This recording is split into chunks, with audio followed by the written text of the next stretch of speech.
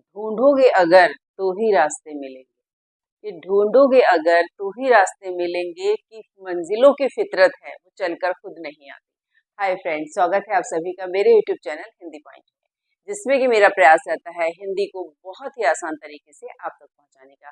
Friends, मैं आज लेके आई हूँ कबीरदास जी। जैसे कि मैं अभी निर्गुण काव्यधारा पढ़ा रही थी, उसमें पहले वाले जो कवि आते हैं कबीरदास जी आते हैं, उनके बारे में संपूर्ण जानकारी दूंगी। फ्रेंड्स, जो लोग चैनल पे नए जुड़े हैं, चैनल को लाइक कर ले, सब्सक्राइब कर ले और बेल आइकन जरूर प्रेस कर ले। चलिए फ्रेंड्स, देरी किस बात की, शुरुआत करते हैं कबीरदास जी से। देखिए, पहले बोर्ड से शुरुआत करते हैं कि मैंने बोर्ड पे क्या लिखा है, क्या जानकारी दी है, उसके बाद में उनके बारे में और भी जानकारी आपको दूंगी। फ्रेंड्स देखिए, सबसे पहले मैंने आपको बताया था कि ये निर्गुण काव्यधारा के ही एक संत हैं, तो उसी से स्टार्ट करते हैं। निर्गुण काव्यधारा और जो मुख्य संत हैं जिनके बारे में आज पढ़ाने जा रही हूँ, संत कबीर जी है। इनका जन्म देखें तो 15वीं शताब्दी के मध्य 1398 में इनका जन्म हुआ था। विवाह लोई नामक महिला से हुआ था। अक्सर एग्जाम में भी आ जाता है, इनकी पत्नी का नाम नहीं पता होता, पत्नी का नाम लोई था। पुत्र का जो इनका नाम था वो था कमल और इनकी पुत्री का नाम कमली था। इनकी मृत्यु 1518 में हुई थी। फ्रेंड सॉरी, मैं 78 बोल रही हूँ, 1518 में हुई थी। इनकी रचनाएं जो थी वो थी साखी, मतलब कुछ जो मेन रचनाएं उनके बारे में लिख भी दिया है और जानकारी भी देने की कोशिश की है जिससे आपको सटीक जानकारी मिले। साखी जो कि लिखी गई है दोहा छंद में, राजस्थानी पंजाबी मिली खड़ी बोली जो है इसकी भाषा।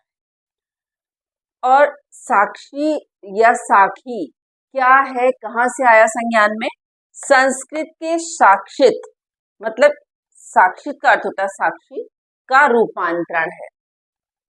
आगे चलकर नाथ परंपरा में गुरु वचन ही साखी कहलाने लगे। फ्रेंड्स, यहाँ मैंने लिखा है पहले साखी के बारे में कि साखी कहाँ से संज्ञान में आया, तो संस्कृत भाषा के साक्षित का रूपांतरण है। और उसके बाद आगे चलकर जब नाथ परंपरा आई थी, उनके बाद जब ये इस तरीके से साक्षी का पता चला था, तो नाथ परंपरा जब आगे आई तो नाथ परंपरा में क्या हुआ था कि जो गुरु वचन होते थे वही साखी कहलाने लगे। तो जो गुरु द्वारा वचन बोले जाते थे उन्हें साखी कहा जाने लगा। अब आधुनिक देसी भाषाओं में विशेषतः निर्गुण संतों में व्यापक प्रचार कबीर द्वारा हुआ। तो कबीर द्वारा तो होना जाहिर सी बात है, क्योंकि निर्गुण काव्य की बात हो और कबीरदास जी की बात ना आए तो ऐसा कैसे पॉसिबल है। तो कबीरदास जी ने ही इनको जो है बहुत अधिक प्रचार प्रसार में लाया। उसके बाद नेक्स्ट, अभी मैंने साखी के बारे में आपको जानकारी दी, फिर है सबद। सबद जो है वो गेय पद छंद में लिखा गया था, गेय पद छंद था, ब्रज भाषा और पूर्वी बोली इसकी। फिर है रामायणी, जिसका अर्थ है रामायण। चौपाई दोहा छंद, इसका जो छंद था वो दोहा चौपाई या चौपाई दोहा छंद था। ब्रज और पूर्वी बोली इसकी भाषा। अब कबीर शब्दावली, कबीर शब्दावली क्या था, इसमें कबीरदास जी ने क्या लिखा था, क्या बताया था? तो कबीर द्वारा आत्मा को परमात्मा की जानकारी इसमें दी गई है। मतलब जो हम लोग सभी जीव आत्माएं हैं, जितने भी लोग हैं, उनको परमात्मा की बात बताई है कि परमात्मा कौन है, कैसे उन्हें पा सकते हैं, उनकी बात इसमें कही गई है। फिर है कबीर दोहावली, इसमें मुख्य तौर पर कबीरदास जी के दोहों को सम्मिलित किया गया है। फिर है कबीर सागर, ये एक प्रकार का फ्रेंड सूक्ष्म वेद ही है जिसमें परमात्मा की विस्तृत जानकारी कबीरदास जी ने इसमें दी है। फ्रेंड्स, और कबीरदास जी के बारे में ये भी आप लोगों ने सुना होगा कि कबीरदास जी ने सबको एक समान माना। उनके लिए मुसलमान भी वही स्थान रखते थे जो स्थान हिंदू रखते थे, और वो कभी किसी के अंदर कोई उन्होंने भेद नहीं किया कि ये हिंदू के लिए मैं फेवर की बात करूं या मुसलमान के फेवर की बात करूं, ऐसा उन्होंने बिल्कुल भी नहीं कहा। उन्होंने दोनों को समान रूप से फटकारा जहां उन्होंने उनको गलत देखा। मैंने यहाँ कुछ एग्जाम्पल भी लिख दिए हैं। जैसे मैंने पहला लिखा है कि अरे इन दोउन राह न पाई, मतलब अरे इन दोउन मतलब दोनों ने राह न पाई, कोई रास्ता पाया ही नहीं। कैसे? देखिए, हिंदू अपनी करे बढ़ाई गागर छुअन न दे। हिंदू लोग क्या होता है, अपनी गागर को छूने नहीं देते हैं कि हमारी गागर जो है वो अछूत हो जाएगी तुम्हारे द्वारा छूने पर। और वैश्या के पायंतर सोए ये देखो हिंदू आई। वैसे तो हिंदू कहते हैं कि आप हमारी गागर को मत छूइए, हमारी गागर जो है वो अछूत हो जाएगी, लेकिन वो दूसरी तरफ क्या कर रहे हैं, वैश्यागमन कर रहे हैं। वैश्या के पायंतर सोए, वैश्या के पैरों पर सो रहे हैं, और ये देखो हिंदू आई। तो ये कैसी हिंदू आई है, उन्होंने हिंदुओं को भी टोका। आगे और देखते हैं क्या लिख रहे हैं कबीरदास जी। मुसलमान के पीर औलिया मुर्गा मुर्गी खाई, खाला केरी बेटी ब्याहे घर ही में करे सगाई। यहाँ पे ये कह रहे हैं कि जो मुस्लिम्स के पीर औलिया, जैसे हिंदूज में हमारे पंडित जी होते हैं या हमारे ब्राह्मण जिनको हम कहते हैं, जिनको पूजा अनुष्ठान के लिए बुलाते हैं, उसी तरीके से फ्रेंड्स मुसलमान के जो पीर औलिया है वो लोग मुर्गा मुर्गी का भरपूर सेवन करते हैं। और क्या करते हैं, खाला केरी बेटी ब्याहे, खाला मतलब मौसी के घर में ही अपनी बेटी का ब्याह कर देते हैं, और घर ही में करे सगाई, अपने ही घर में अपनी बेटी की सगाई कर देते हैं। तो वो मुस्लिम्स को भी कह रहे हैं कि तुम लोग भी सही रास्ता नहीं अपना रहे हो। उन्होंने कभी एक किसी का सपोर्ट नहीं किया। फिर देखिए, अब तीसरा वाला जो है वो मूर्ति पूजा के बहुत ज्यादा विरोधी थे। उन्हें मूर्ति पूजा में उनका विश्वास नहीं था, वो निराकार ब्रह्म को पूजते थे। तो वो कहते थे, क्या कह रहे हैं यहाँ पे, लोग ऐसे बावरे पाहन पूजन जाए, लोग ऐसे बावरे पाहन पूजन जाई, घर की चकिया कोई न पूजे जाका पीसा खाई। यहाँ पे कबीरदास जी हिंदू को खास तौर पर कह रहे हैं कि ये लोग पाहन पूजन जाए, पाहन मतलब पत्थर को पूजने जाते हैं, जबकि उस चक्की को कोई नहीं पूजता जिसका पीसा हुआ सब लोग खाते हैं। तो उन्होंने हिंदू और मुस्लिम दोनों को समान रूप में फटकारा। और एक उनका बहुत प्रसिद्ध है जो है, यहाँ पर वो मुस्लिम्स के लिए कह रहे हैं, देखो मैंने लिखा है, बाद में स्क्रीनशॉट का टाइम भी दूंगी आपको। कांकर पाथर जोर के मस्जिद लई बनाए, कांकर पाथर जोर के मस्जिद लई बनाए, ताचड़ी मुल्ला मांग दे क्या बहरा हुआ खुदाए। यहाँ पे मुस्लिम्स को उन्होंने बोला कि तुमने कंकड़ पत्थर जोड़ करके मस्जिद बना ली, ताचड़ी मतलब उस पे चढ़कर, मुल्ला मतलब जो उनके पीर औलिया है, बांग दे मीन्स कि जैसे मुर्गा बांग देता है, उसको ही उन्होंने लिया है। ताचड़ी मुल्ला बांग दे क्या बहरा हुआ खुदा, मतलब इतनी ऊंची तुमने मस्जिद बनाई, उसके ऊपर चढ़ के तुम एक बांग ही दे रहे हो, क्या तुम्हारा खुदा बहरा हो गया है।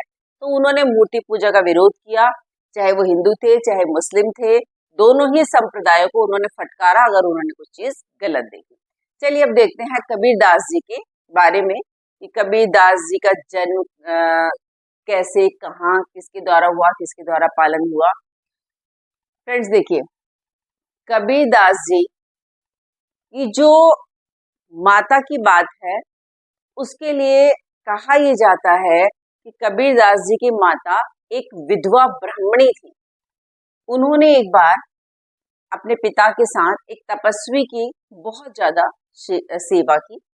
उनकी सेवा भाव से प्रसन्न होकर तपस्वी ने उन्हें वरदान दिया कि बहुत जल्द तुम्हें एक पुत्र रत्न की प्राप्ति होगी।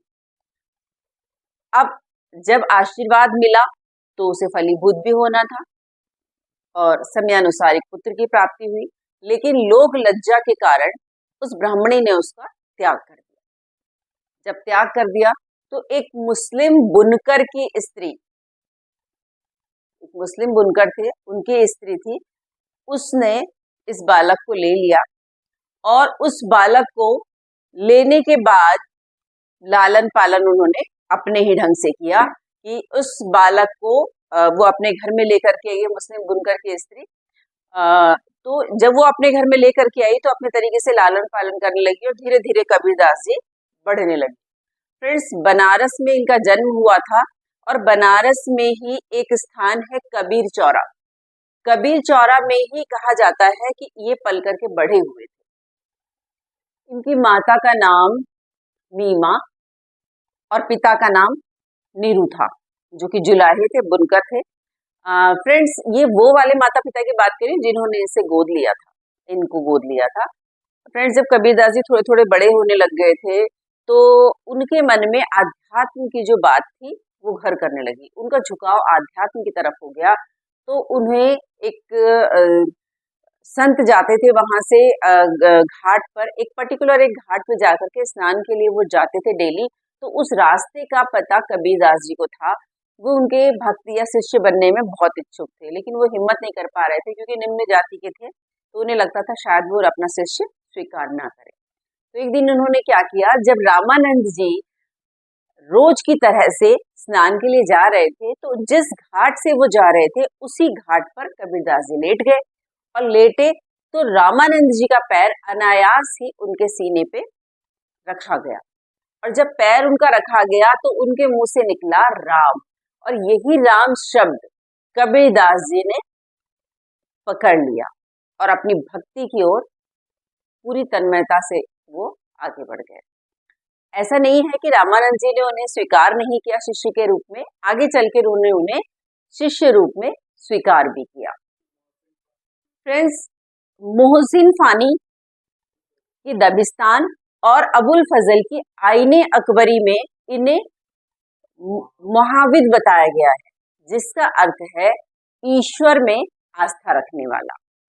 और प्रभाकर माचवे की जो पुस्तक है कबीर, उसमें उसकी प्रस्तावना में हजारी प्रसाद द्विवेदी ने इन्हें राम का भक्त बनाया है।